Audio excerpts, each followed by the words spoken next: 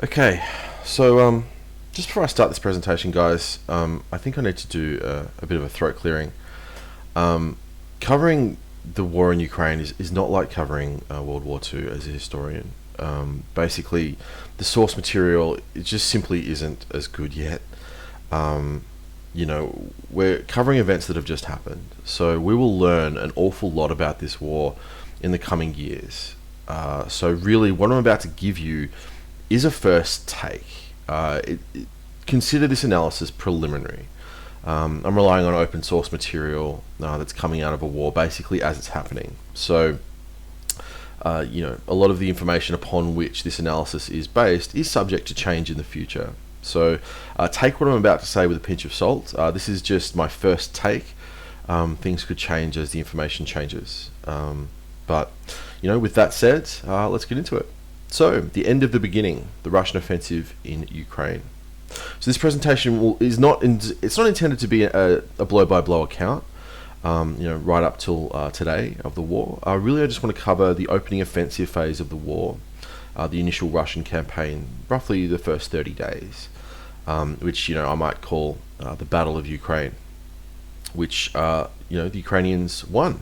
The Ukrainians won a defensive military victory. That is my conclusion of the opening Russian offensive. That's how I would evaluate it.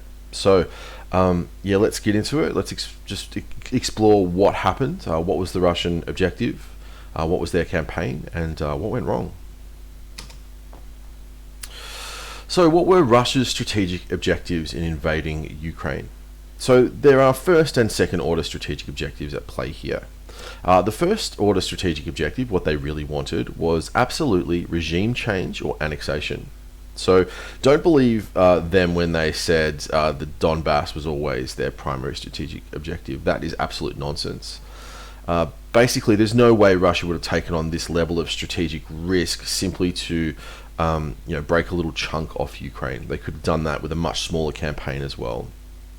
Their objective was always regime change or potentially annexation. I'm very convinced of that. Gaining Ukrainian recognition of Russian Crimea and actually taking the Donbass, this is very much a second order strategic objective. This is a consolation prize. Absolutely. So, don't believe them when they say they're always trying to do this. This is kind of an off-ramp so they can at least win something in this war.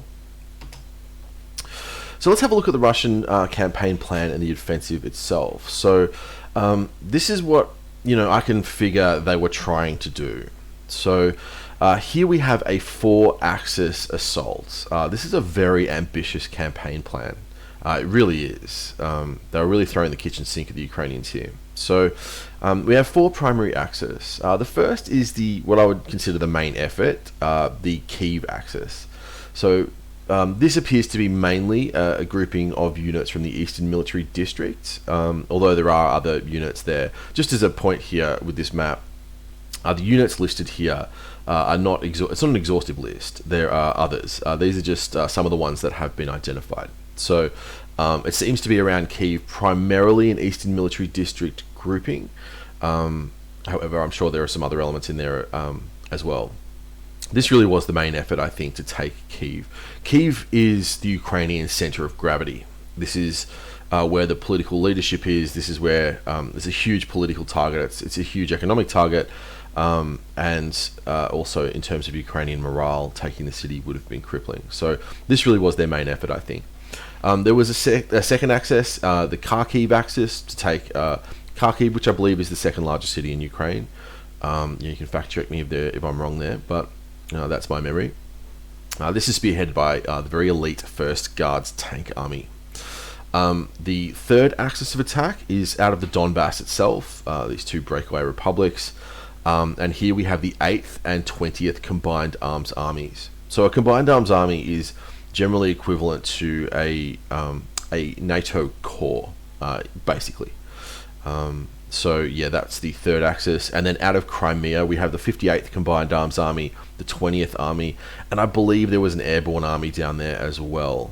But again, this is all reasonably preliminary. So this is a very large, multi-vectored, multi-axis attack that looks very impressive on paper.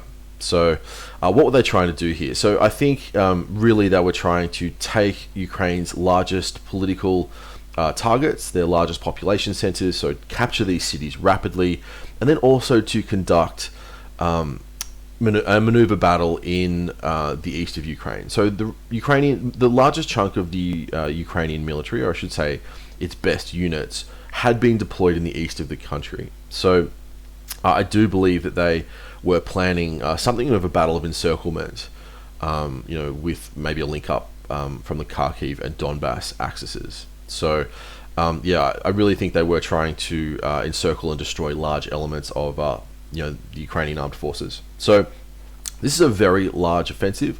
We're seeing 120 battalion tactical groups in total. So this is huge. I think the Russians have about 160 battalion tactical groups of their high readiness forces. This is a very large chunk of the Russian military, at least its premier units.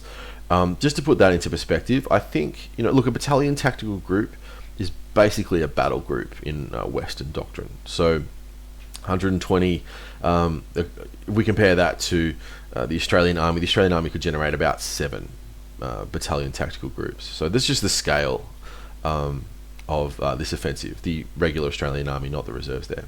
So huge offensive. It does have some very interesting elements, this campaign plan, that were quite different. So typically, Soviet doctrine emphasized something called predictable echelonment. So what this meant was, with the Soviet offensive, you had first, second, and third echelon forces, and they were well defined. So basically in your first echelon, these would be some of your best, most high readiness units that would be forward deployed, close to the battlefront. And these would be the first to go into battle when you launched an offensive. Behind them were a well-defined second echelon of forces that would be based a little further to the rear. And the idea would be that once the impetus of the attack of the first echelon of forces had been exhausted, expended, this would be taken up by a new wave of forces that would be entering the conflict from the second echelon. So this would keep up the impetus of the assault. And then finally you would have third echelon forces that were maybe being generated in the Soviet Union itself. So this kind of acted a little bit like, if there's any ancient history fans out there, the Roman three-line system, where you would have multiple waves of attacking forces, which would keep up the impetus of the attack. It was a little bit like a steamroller. This really would grind down your enemy. So this was a very formidable thing that the Soviets could unleash on NATO or anyone else. That's not the case here. We have not seen that kind of thing in this campaign plan from the Russians. Really, this is a very front-loaded attack. Basically, there was no second echelon. Everything came in the first echelon. Really, this looks a lot more like a typical German offensive, say like the Schlieffen Plan, than it did a typical Soviet offensive. Maybe even an American offensive. Looks a little bit more like Iraq 2003 than something we would expect from the Soviets. So very front-loaded. The idea is to win a quick and decisive campaign, huge battle of maneuver, and kick the door in, encircle and destroy large chunks of the Ukrainian military, take the cities, and win quickly. So it does really look like the Russians were trying to impress the world with this campaign plan. Like they were trying things like, for example, an airborne helicopter assault on day one of the conflict on Kyiv itself, on an airfield just north of Kyiv, the name of which escapes me. So this is quite fancy stuff, and didn't go too well. Another thing they relied on quite heavily was the use of shock and awe tactics. So this is kind of a buzzword that was used in Iraq 2003, and basically what it means is a massive bombardment of precision-guided munitions. So with the idea of striking command and control infrastructure all across Ukraine, destroying the Ukrainian Air Force on the ground, disrupting Ukrainian logistics, all with this massive precision PGM bombardment. So there's another part of this campaign. So this does look a lot more like Iraq 2003 in concept than it did, a typical Soviet offensive. So these are just interesting things to note about this. It was, the Russians were trying something new here. Excuse me. So what was the Ukrainian defensive strategy? How can we characterize this? So the most important concept, I think, to understand in understanding the Ukrainian defensive strategy was a concept called defense in depth. So basically, defense in depth as an operational concept in its modern incarnation, was developed during World War One. The Germans were very good at this. So, to kind of describe what defense in depth means, maybe we should talk about its opposite. So, if you have a forward defense strategy, that would mean taking all of your forces, pushing them up to, say, the border with Russia, and having them entrench in a very long line. So this would give your front quite a lot of strength. The line itself would be quite strong. You would forward deploy all of your forces. However, a line like that can be brittle. So basically this allows your enemy, like the Russians in this case, to focus on elements of the line of this forward front, and achieve local superiority over elements of it. And that can allow breakthroughs. So you'll have a very strong line that is quite brittle. And once you get a breakthrough in some small areas, because the Russians can, as I said, focus achieving local superiority, which is also very important with their artillery. They can mass their artillery on just elements of the front. That will lead to battles of encirclement. So that's not good at all, especially when you're facing, as the Ukrainians are, an enemy that has superior mobility. It's more of a mechanized force, and superior firepower, especially in terms of their artillery, which is absolutely what the Ukrainians are looking down the barrel of. So fighting that kind of a more maybe conventional defense was certainly not going to work. So what they've done instead is something called defense in depth. And what that means is you actually hold the front line quite weakly. And what you do is you stagger your defenses to the rear of your, the battle area. So you hold strong points, and in this case, these are the major urban areas, and you hold them in increasing strength going into the rear. And what this does is it creates a very deep front that is a little weaker at the front, but it prevents rapid breakthroughs. It's actually really good at absorbing the impetus of an attack. So, basically, if we look in this situation, the Russians will push across the border, meet very limited resistance, and that resistance will increase as they move into these population centers that are more in the Ukrainian rear. So, for example, on day one, they wanted to take a place like Chernihiv. However, Chernihiv was very very strongly held by Ukrainian forces. So, their real objective is Kyiv. Chernihiv's in the way. The fact that the Ukrainians have concentrated their defenses in these strong points, it leaves you with some tough decisions. So you can either stop and try and take a city like Chernihiv, which is on the road to Kyiv. However, that might take you weeks, especially if, the defenders are fighting hard and they have high morale. Or the other option is you can bypass it and keep on driving on towards Kyiv. Now that sounds great, however, that poses its own challenges. So if you just bypass a city like that, that will leave your lines of communication vulnerable. So because your axis of attack will just bypass a city like that and keep moving towards your objective, your lines of communication run along that axis of attack. Your supply trucks have to move right past that city in order to supply your forward forces, which are moving towards their actual objective, which is something like Kyiv.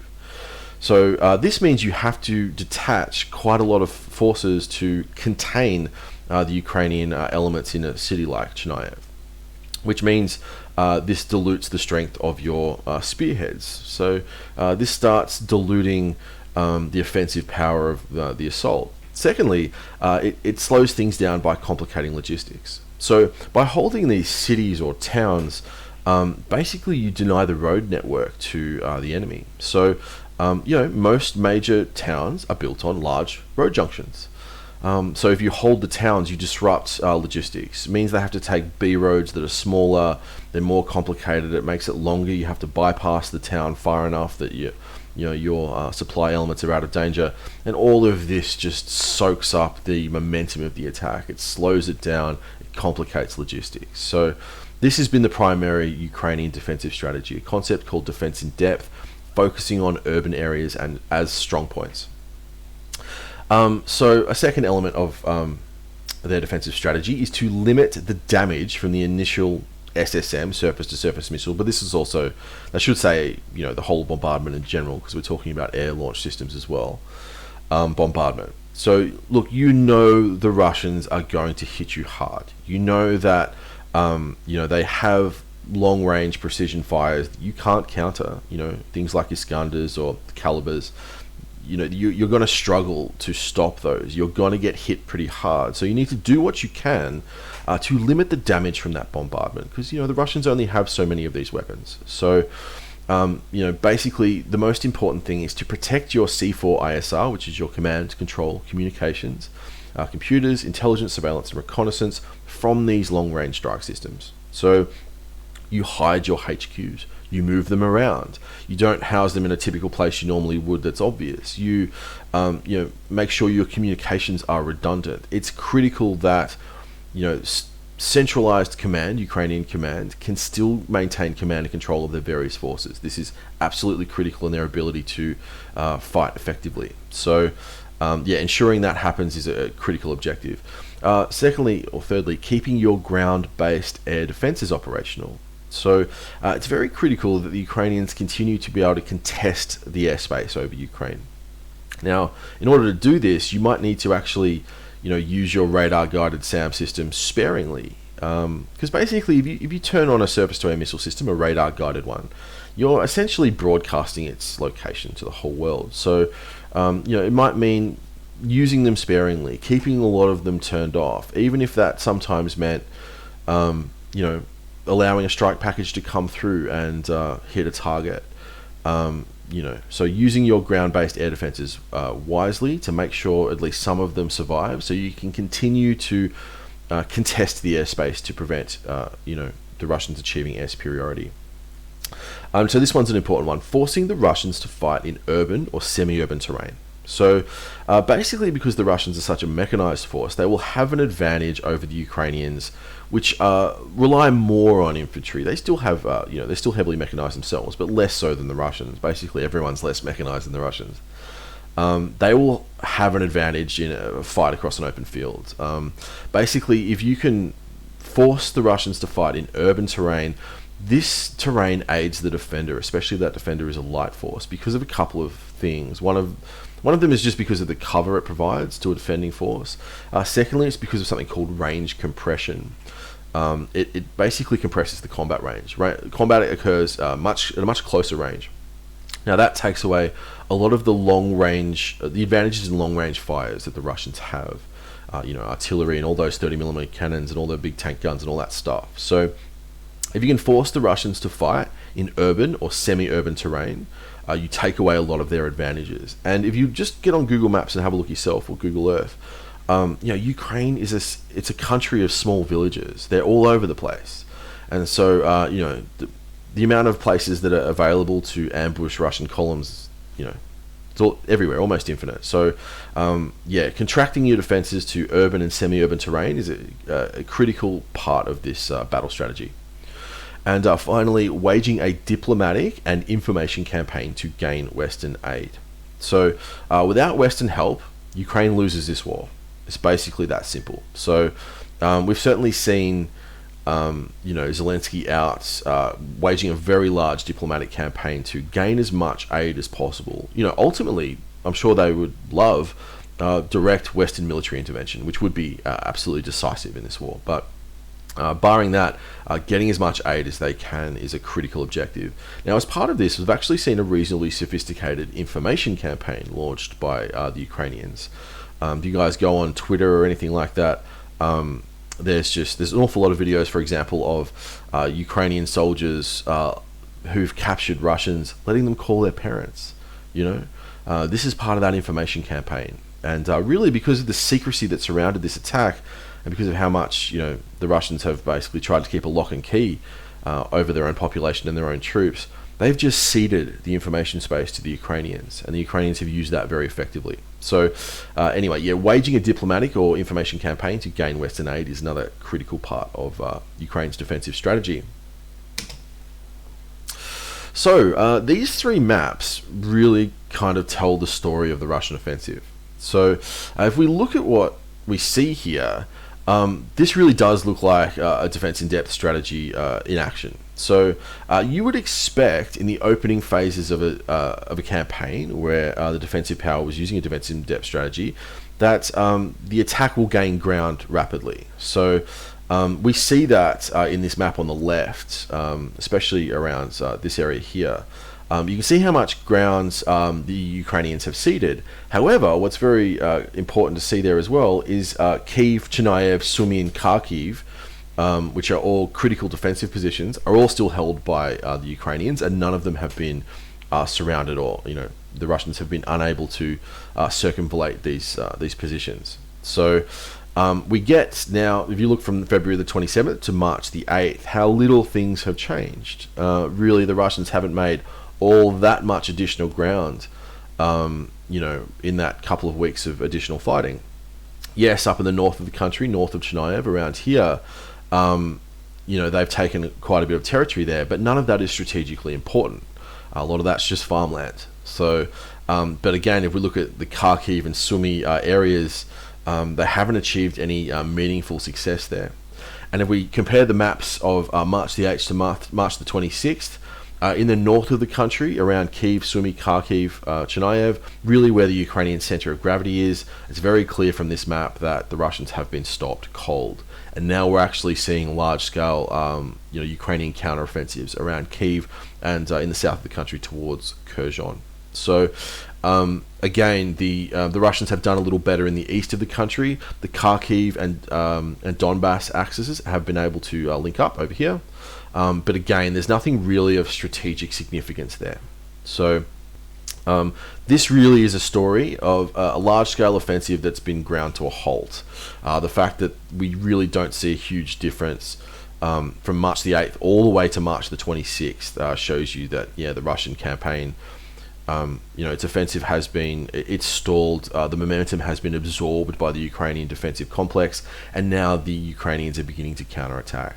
So, by March the 26th, roughly, I think we can say that the offensive has culminated. The Battle of Ukraine is basically over, and the Ukrainians have won. Now, obviously, that doesn't mean the war's over, but the initial offensive phase of the war has come to its close by that point. So, what happened? Why did this happen? How can we explain this unlikely Ukrainian defensive victory? Prior to this conflict, no one was giving them a chance of achieving what they've achieved, or inflicting the kind of colossal damage on the Russians that they have. It really is quite a remarkable episode in military history. I think it'll go down as one. So, how do we explain this? That the Ukrainians won the Battle of Ukraine. So, the first thing to consider, is the failure of the initial bombardment. So, how do we know the initial bombardment, the shock and awe campaign, failed? Well, despite the fact that they've expended 1,100 plus cruise and ballistic missiles, Ukrainian command and control remains intact. Most of the Ukrainian Air Force remains intact. The Ukrainian politico-military leadership remains intact. In fact, you had several NATO prime ministers, political leaders, going to Kyiv at the height of the bombardment. And finally, we've seen an inability to cripple Ukrainian logistics. The Ukrainians are still able to maneuver, supply their forces, and launch counterattacks. So this is a failure. Really, the shock and awe bombardment in 2003 was highly successful. It did really paralyze Iraqi command and control, and this was critical in American success. The Americans winning so easily. This just hasn't happened in Ukraine. Hasn't happened at all. So how do we explain this? Well, firstly, it seems as though I've read reports from US intelligence that the Russians have experienced a very, very high failure rate on precision guided munitions. Upwards of 50%. I read a report from again US intelligence that said in some weapons this was up to 60% failure rate. Now, this is different for different kinds of weapons. Some seem to be as low as 20%, which is still very high.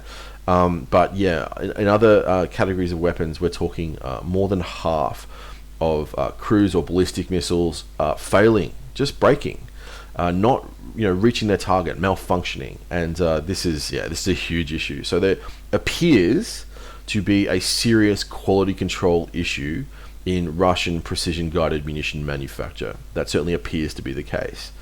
So that obviously, if about half of your PGMs aren't getting to the target, that's having a serious impact on the effectiveness of your shock and awe campaign.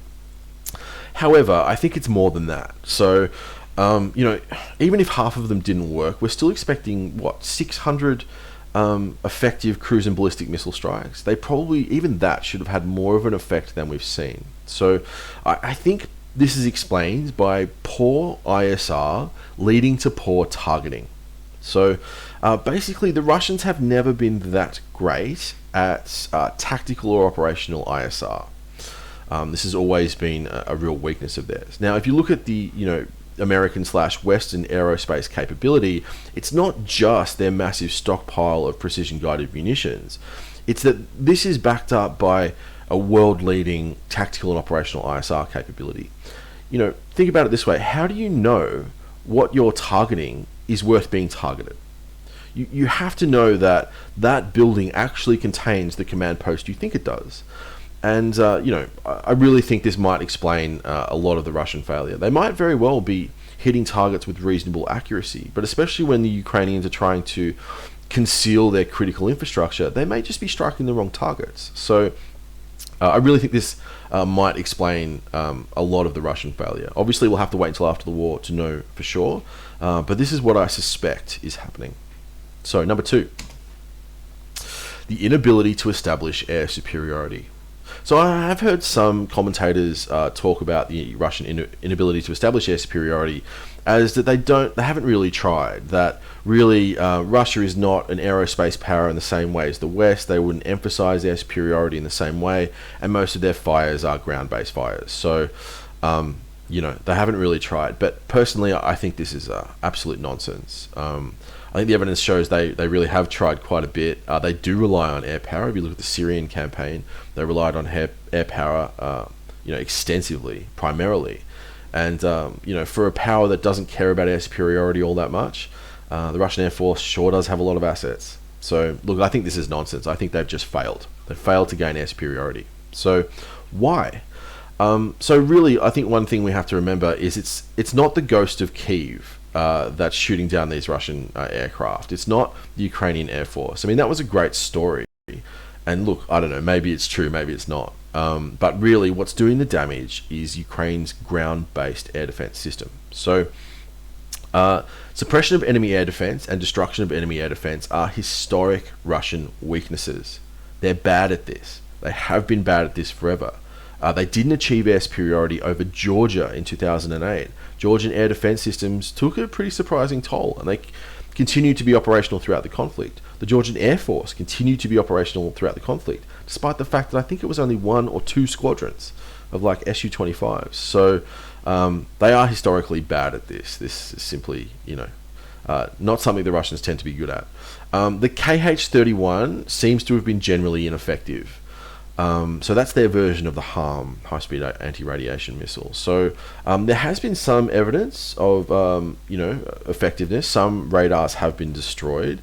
We certainly have seen quite a few, some evidence of KH-31 use. So they are trying, but generally speaking, they haven't been able to use the system to really effectively suppress these high-altitude radar-guided SAM systems like the Buk M1. So why? I don't know, it could just be issues with the weapon itself. Maybe it doesn't work all that well. Also, we have to, it is quite an old weapon, firstly. Also, if we think back to the last slide, if they're having 60% or 50% failure in their more modern systems, PGM systems, then, how many KH-31s are failing? Quality control, again, seems to be an issue with Russian precision-guided munitions. So what this means is the Buk M1 and other high-altitude SAM systems remain operational, at least in parts. Now, as these continue to take their toll on high-altitude Russian systems, this has forced them to switch to low-level tactics. Now, if you fly at low level, you can fly under the radar from a lot of these systems, which does keep you safe. However, flying at low level leaves you vulnerable to all of the crap on the ground. So obviously man-pads are a huge issue now. We're talking things like Stingers, but even more than that, just things like small arms, anti-aircraft artillery. And this low-level stuff, it's very hard to destroy or suppress because you don't know it's there until it's fired on you. So the switch to low level didn't really help them.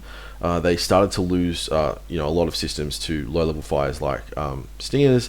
And then we saw really a switch to some seriously risk-averse tactics. So They switched to night operations. Now, you kind of need it to be daylight, or you need to have good night vision to use a man-pad system. Now, that's not because of a limitation of the missile. The missile doesn't care. Like, I think the Stinger is UV and IR based, so you can see just fine at night. But you need to point your Stinger at the aircraft, and so you need to see it.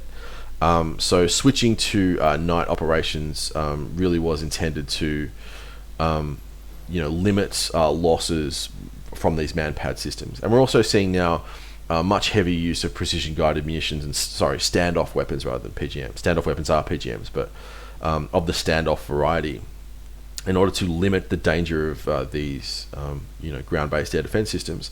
Now, that's great, but this really reduces the potential throw weight of your Air Force, because the Russians, they don't have that many standoff precision-guided munitions, a lot less than they have bombs. And we're also seeing, the use of bombing being constricted to places where they've basically eliminated the Ukrainian presence, places like Mariupol. So, this really is a serious lack. An inability to establish air superiority has really inhibited the utility of the Russian Air Force. Now, it's also had a large impact on their helicopter forces, which has a serious impact. So, these man-pad missiles like the Stinger, and Russian ones as well, Soviet ones, are having a serious impact on the ability of the Russians to use their helicopters, which inhibits their tactical mobility because they use helicopters extensively. They have a crap ton of them, and also inhibits their ability to use TAC helos for close air support.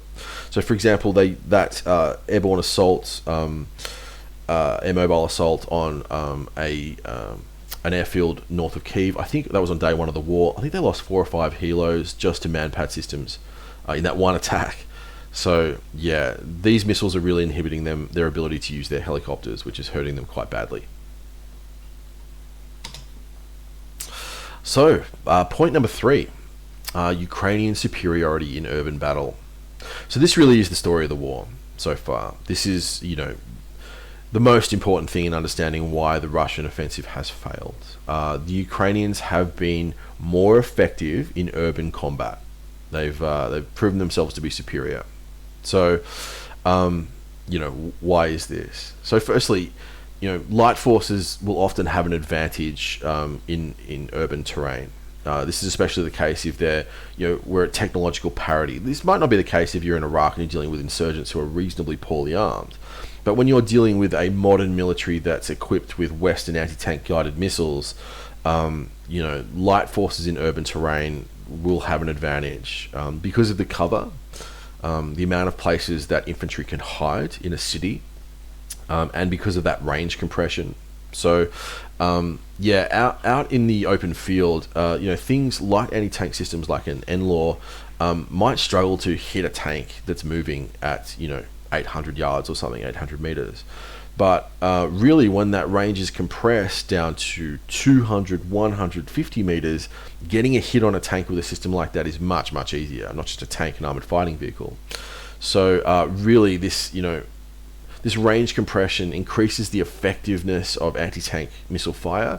It increases the volume of fire available because you're not just relying on your crew-served long-range weapons. I know Javelin's not exactly crew-served, but it kind of is. The ammunition's quite heavy, like a Javelin, which would allow you to gauge targets in open field. But you're also your light weapons are becoming more effective. Obviously it's not just the armored stuff, but it's very easy to ambush infantry as well in an urban terrain. So range compression has a huge part to do with why the Ukrainians have been so effective in the urban battle.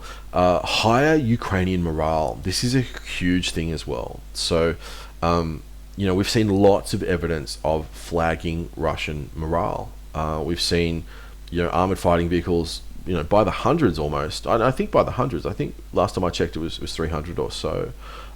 Maybe some of you guys can fact check me on that one. But of Russian armored fighting vehicles that have simply been abandoned, that are totally fine and in working order, that have not been attacked, that aren't damaged, that have just been abandoned by Russian troops. I think there really is evidence of a disparity in morale between Russian forces and Ukrainian forces.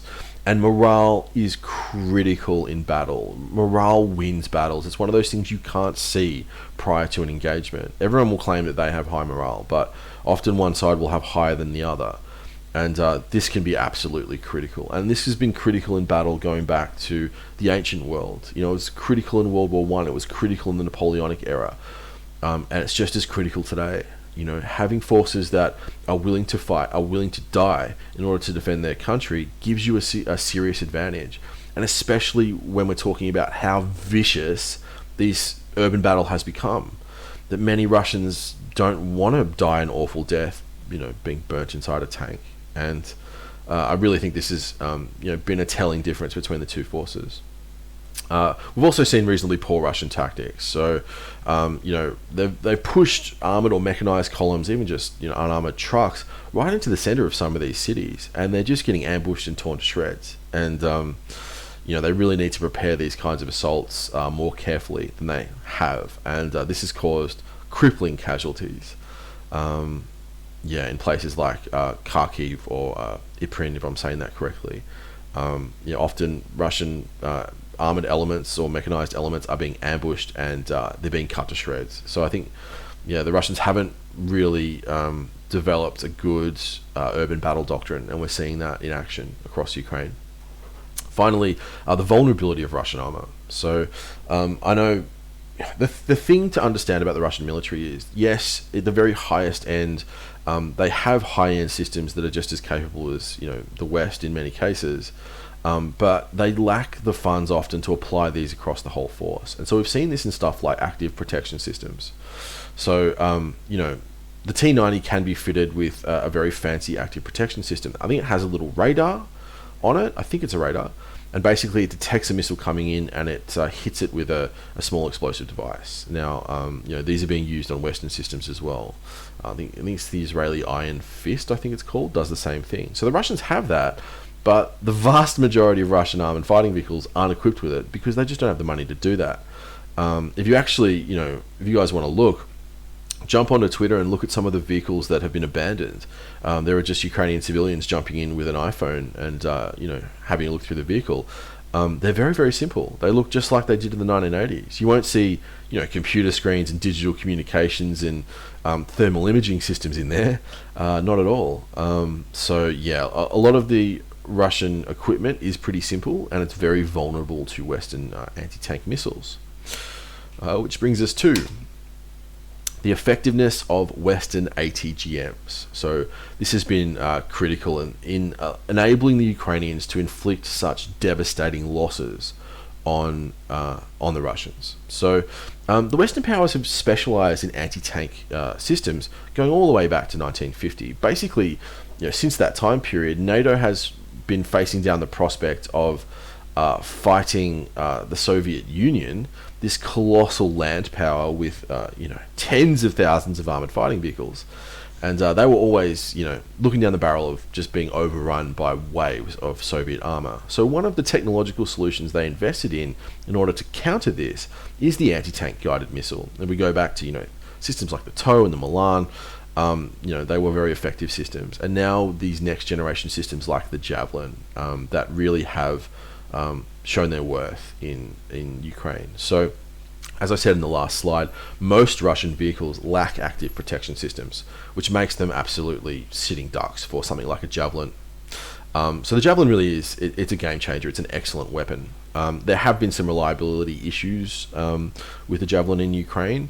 I think some of the missiles were slightly older, being taken out of US stockpiles, and the Seekers have had some trouble locking on. I have heard reports of that, but in general, this has been a very, very effective weapon. So one of the reasons why the Javelin is so much more effective than the wire-guided ATGMs that the Soviets and the Ukrainians were using before and still do use, there's a couple of major reasons. The first one is it's just fire and forget. So one of the ways you counter a wire-guided, anti-tank guided missile is when you detect the launch, if you detect it, you just suppress the area where the launch came from. You just shoot at it. So basically with a wire-guided system, the operator has to keep the tank or the target in a crosshair, and essentially the computer inside the launcher will guide the missile, keep it in the middle of the crosshair.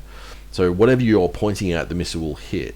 But that means you have to actively guide the missile to its target. So if you can just suppress that area, just shoot generally at it, you can often defeat the missile before it actually impacts. Not so with the Javelin. The Javelin basically, the operator looks through their thermal imaging sight, which is daylight magnified sight as well, to find a target.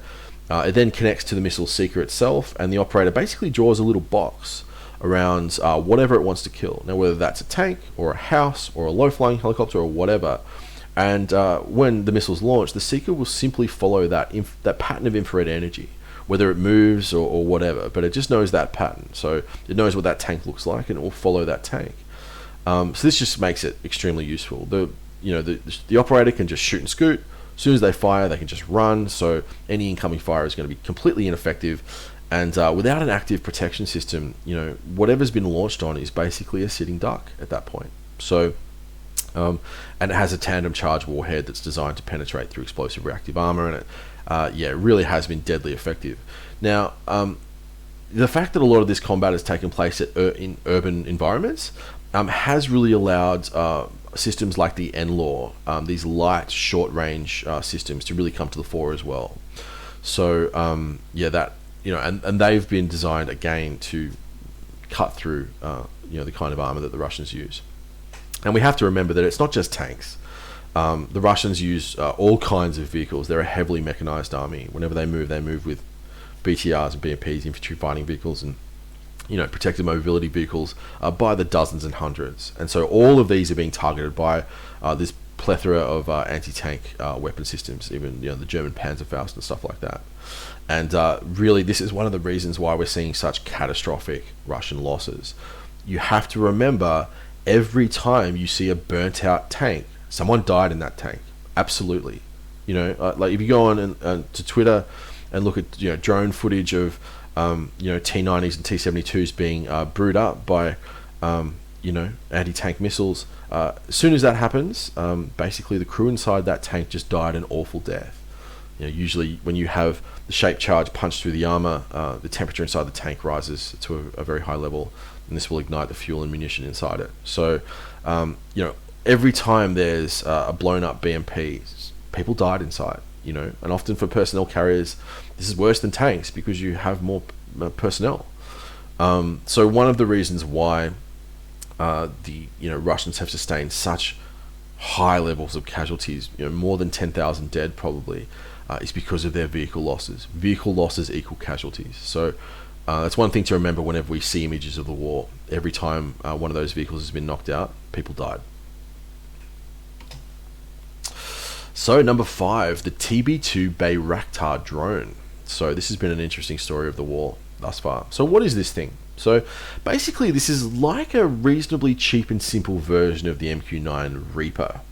It's not actually related to the Reaper, it's, but just in terms of use and the way it works. So basically it's just a cheap, reasonably small, reasonably lightweight propeller-driven drone that has a reasonably small payload. Basically it has its own electro-optical infrared imaging targeting system, one of those in a little ball mount like you would see on a police helicopter or something, that simply has a laser designator on it. Now it has its own dedicated lightweight weapons, including an anti-tank missile, which has a pretty long range. I think something like 10,000 meters or more. But yeah, so this allows this small drone to engage things like armor from a top attack missile. So this has allowed the Ukrainian forces to conduct interdiction. So they've been able to strike, Russian assets behind, the line of battle, at least at a small scale. The main issue with this drone is the throw weight is very small. We're talking a very small payload. So, but still, it allows you to hit specific targets. Now, one of the things it appears that they've been using this drone for very effectively is striking HQs, just striking tactical command and control. And it wouldn't surprise me at all if a lot of the officer casualties, general level officer casualties that have been reported, are actually coming from these drone strikes. Because I've seen images of a few command vehicles being struck. So, a Russian tank division commander will have their own vehicle that's full of the commander himself, the general, his staff, and a whole bunch of radios to keep in contact with his various battalions and regiments. And basically, it looks like they've been striking these specific vehicles. So, yeah, it wouldn't surprise me if a lot of Russian general and colonel level officers have met their fate at the hands of this cheap little drone. Also, amazingly, it allows the Ukrainians to conduct a destruction of enemy air defense operations. You can see this image here. This is an image of a Book M1, or I don't know what version of the book it is, but it's a Book tactical SAM system that's about to be blown to smithereens by this Bayracktar, which is amazing when you think about it, because the Ukrainian Air Force can't do this, but this cheap little drone can. And I think, look, I'm sure they're getting shot down, these drones. I'm sure the Russian air defenses are being somewhat effective, but they aren't able to completely counter the drone threat. And this is it's strange when you think about it, because it's just a little cheap propeller-driven drone. It's no F-35, but this is probably explained by the fact that it is quite a small aircraft, that it has quite a small RCS, relatively speaking, and it looks quite small to a radar. But anyway, this has been an interesting story of the war, how effective these little drones have been, and how they've been able to allow the Ukrainians to actually strike,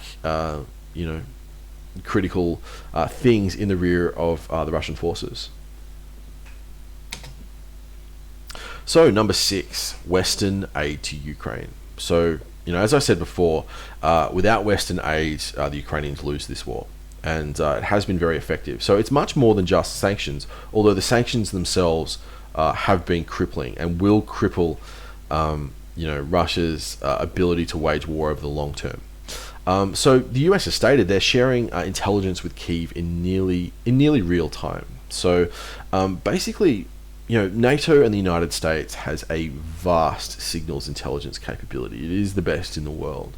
And this is a huge way, it's a massive force multiplier. So this is a way the West can really meaningfully aid Ukraine in terms of day-to-day operations that doesn't actually get them involved in the conflict. So we've seen, almost, I think, daily global hawk flights over the Black Sea. And, whenever you have a massive operation like this, where you have multiple fronts, basically an army group operating, that large army in the field will just leak communications. Everyone's on a radio all the time.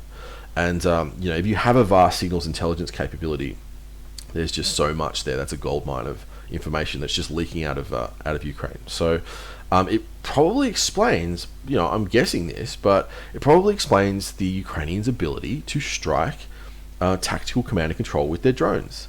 Like, I just wonder whether the Ukrainians have the ability to locate the divisional or regimental HQ of a combined arms army. I just wonder. But I tell you, I bet the Americans can. So, whether the Americans are using their signals intelligence to enable the Ukrainians to strike these very vulnerable and very critical things, like, divisional or regimental headquarters, like, I'm speculating there, but that's what I suspect is happening. Obviously, Western ATGMs and manpads are critical to the Ukrainian war effort. One of the reasons they've been able to impose such devastating casualties and prevent the Russians from gaining air superiority is because of the amount of Western, anti-tank guided missiles and short-range, man-portable air defense systems that have been, flooding the country. So fuel, food, and other basic requirements have been provided as well, I think by the EU, maybe by NATO in general. We're seeing $10 billion plus of military aid already given to Ukraine, and that's quite a lot of money for a country like Ukraine. So additionally, the United States has provided guarantees for US sovereign debt. So what all this means is essentially the Ukrainians don't have to worry about funding this war. There's an old saying, I can't remember who said it, that the sinews of war are money. And, the finances behind a war are something that we often don't think about in a military campaign, but they're very important. And the West is essentially paying for this war and will continue to do so. So the Ukrainians don't need to worry about money. They don't need to worry about, funding a lot of this stuff. The West will do it for them. This is the exact opposite to the Russians, who have to fund this massive campaign whilst their economy is going through the largest economic crisis the country has seen in over 20 years. So this is a huge advantage for the Ukrainians. So yeah, without Western aid, Ukraine loses. So Russian logistical failure. So this is an image of Russian Spetsnaz looting a supermarket for food. So yeah, there's been lots and lots of reports of poor Russian logistics. Their inability to sustain a multi-axis attack has been very evident. So I think they haven't attacked, if I'm remembering this correctly, on more than one axis per day since about March the 4th. So it became very clear that they simply lack the logistical capability, the logistical assets and preparation to sustain a multi-vectored attack on this scale with this amount of intensity for this amount of time. So how can we explain this? So firstly, this comes down to poor campaign planning.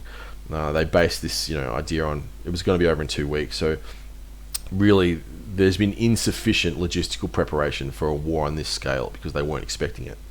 I think also the Russians, they haven't conducted a war on this scale since World War II, and they just lack the experience of maneuvering forces and conducting high intensity operations like this. And it's just showed, it just really has showed. So, but I think also the Ukrainian defense in depth strategy has complicated their logistics substantially. So, for example, if we think about the Sumy area, so the Russians bypassed Sumy and they began driving on Kyiv from the east, which sounds great. However, they basically just advanced down one highway whilst bypassing Ukrainian forces.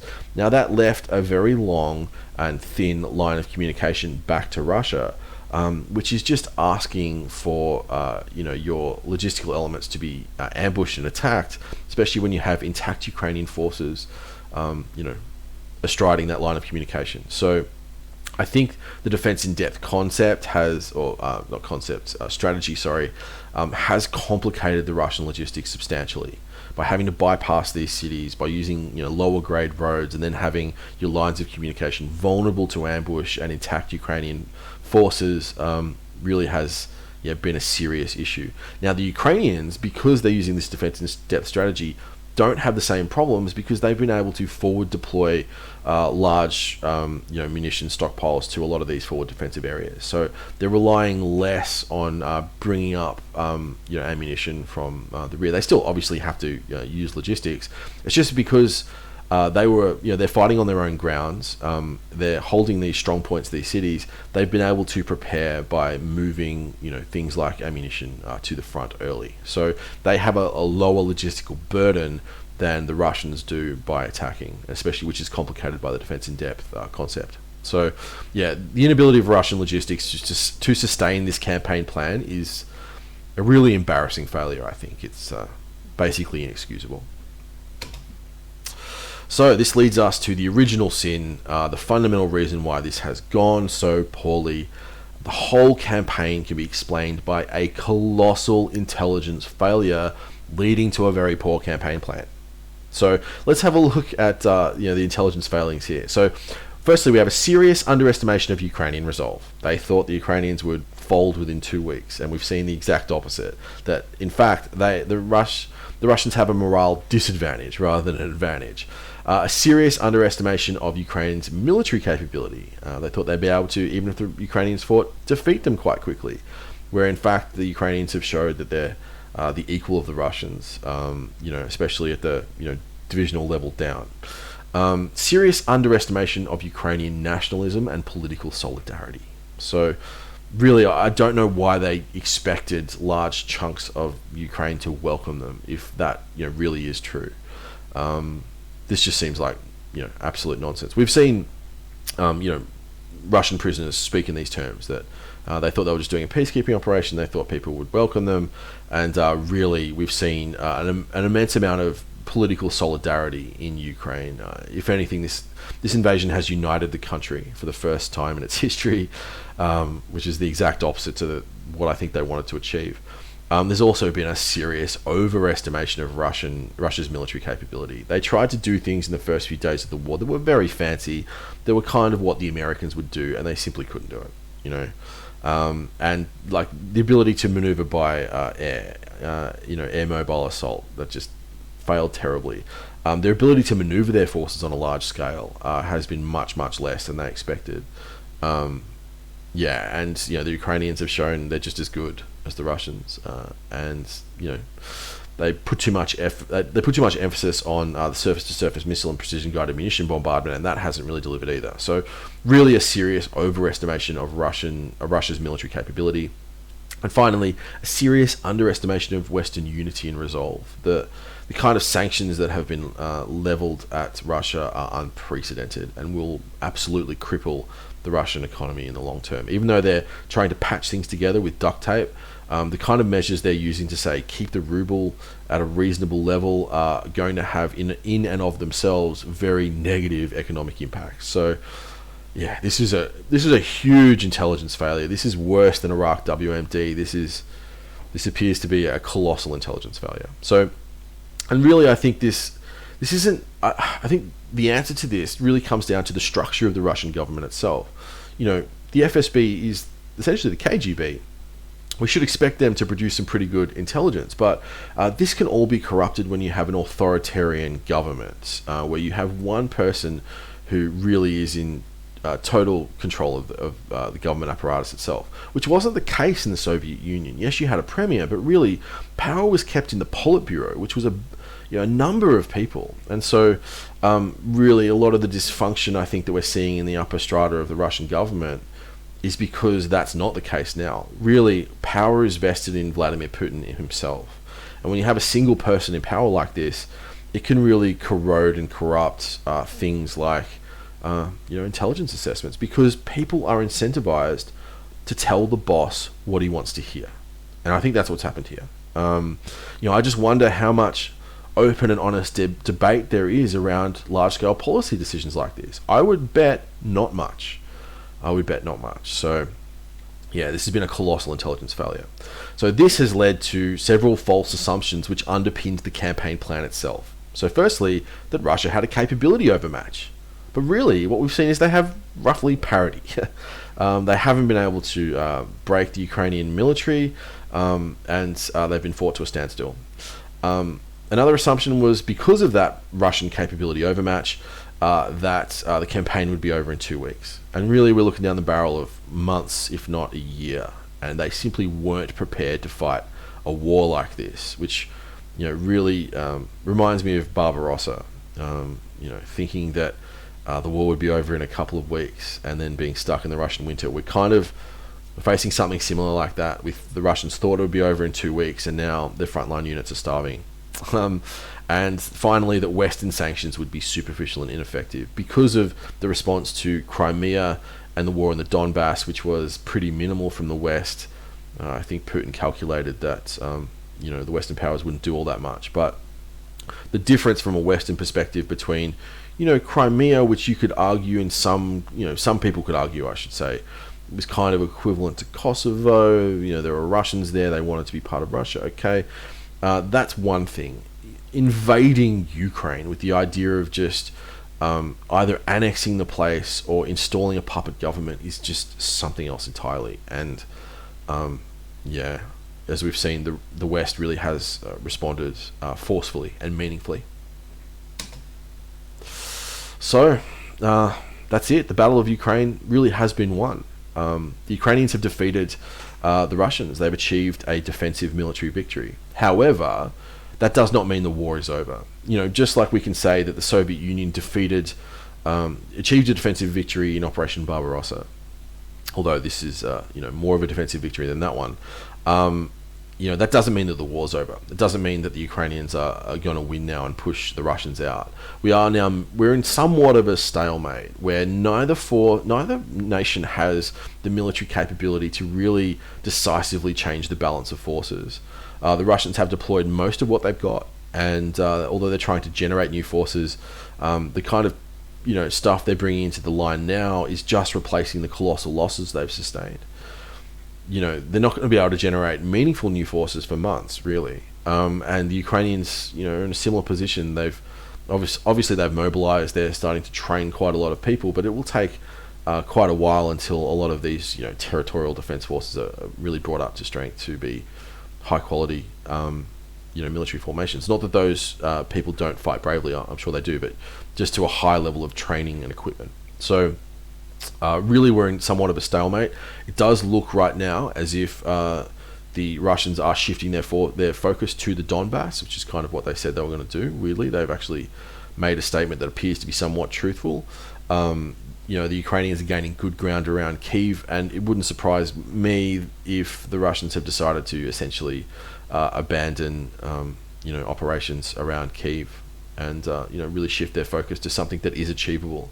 So focusing on the Donbass basically changes that campaign plan from a 4-axis attack to a 1-axis attack, which is actually something that the Russians may be able to sustain logistically, which just also goes to show how much they have overestimated their own capability. So although the battle is over, the war certainly isn't. So we'll have to wait and see what happens, but really I consider this to be quite a remarkable military victory by the Ukrainian Armed Forces, and one I think we'll talk about for quite a long time.